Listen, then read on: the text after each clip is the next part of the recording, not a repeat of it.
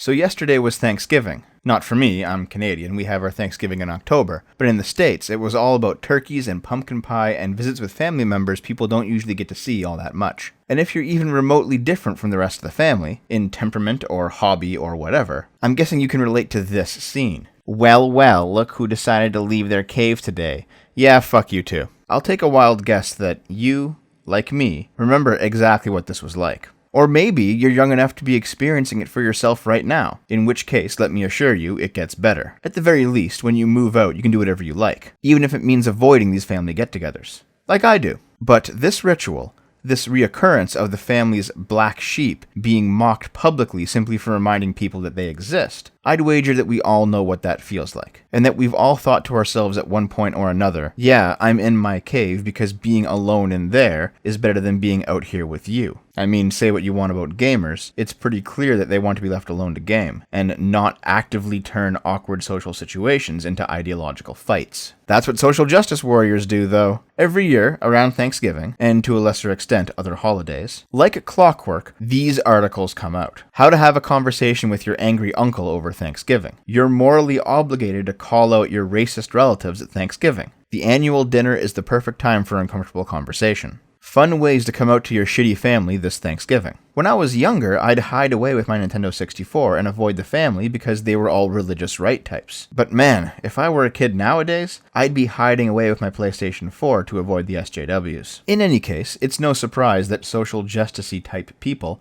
would actively try to turn the one day of peace that the family might get into a war zone. It's all a part of that postmodernist, deconstructionist garbage, where nothing has any inherent value, it's all a brutal power structure, and every human interaction ever is simply a game of conflict. Lovely people to eat dinner with, but instead of your racist uncle complaining that you've brought your black girlfriend to the table, soon enough it'll be your progressive aunt ranting about your whiteness or the patriarchy. These articles are preaching to their own crowds, but in a very specific way. They're written from the point of view of a young coastal elite, as all of these columnists tend to be, having to make the arduous journey back to their flyover state hometown, and, for a short time during the holidays, lower themselves to visiting with the hinterland savages. And just so the point gets across, if you're not living in places like LA or New York, these articles consider you as one of the savages. We need more people standing up to racism and bigotry than ever before, because guess what? The racists aren't worried about offending us. So why are we worried about offending them? Well, if your goal isn't family peace, you shouldn't be worried about offending them, privileged HuffPo writer.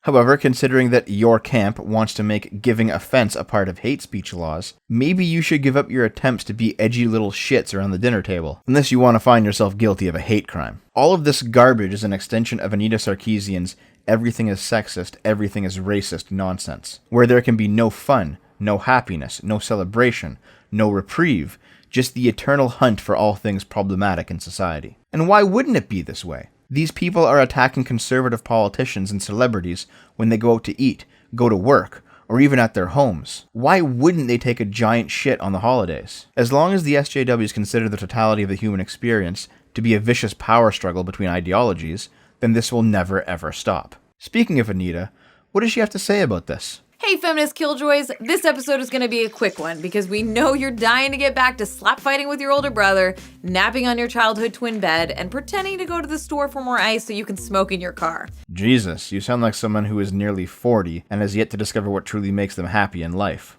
Don't just leave the room when your racist uncle says something offensive. Make sure he and everyone around you knows why you're leaving the room.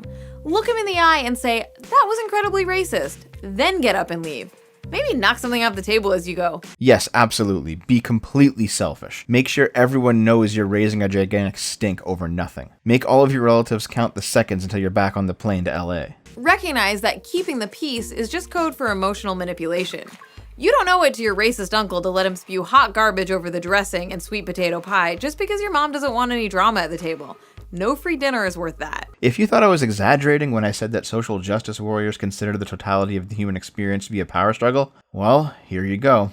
Enlist the non-terrible members of your family in challenging your racist uncle with you. Why are you the only one who has to make a stand? Tell your sister to pause the DVR on the football game, back you up, and act like a decent human being for once. And if there are no non-terrible members of your family that you can join forces with, why are you even still wasting your precious air miles on them? Why not start a new holiday tradition with that friend who's staying at home drinking boxed wine? If you are such an entitled shitbag that no one can even stand you, then unite with a fellow single cat lady and share your sorrows. Okay, I've devoted enough of this video to Anita. She's not even relevant anymore, so fuck it. My point is, Thanksgiving may be over, but Christmas is around the corner, and it's only going to get worse as time goes on. There are many legitimate reasons to cut family off. They could be abusive, or they could be legitimately racist, to the point that if you're in an interracial relationship, they go out of their way to shit on your partner. There are also many legitimate reasons to just let people's minor faults slide for a weekend, because you only see them once a year and the stakes just aren't that high. Not every offense is worth declaring war over. Microaggressions are just a stupid idea, but don't sit on the fence about it like a pussy either. Don't huff off during the family party and cause a big scene and ruin everyone else's night, just so you can gobble up all those attention points. Either keep the peace or don't show up. That's why, when I was a kid, I just didn't leave my cave at all. Smash Brothers was calling. And that's why, as an adult, I generally don't go back home either. Smash Brothers Ultimate in 2 weeks, guys. I'll see you over on my Twitch channel. I love you.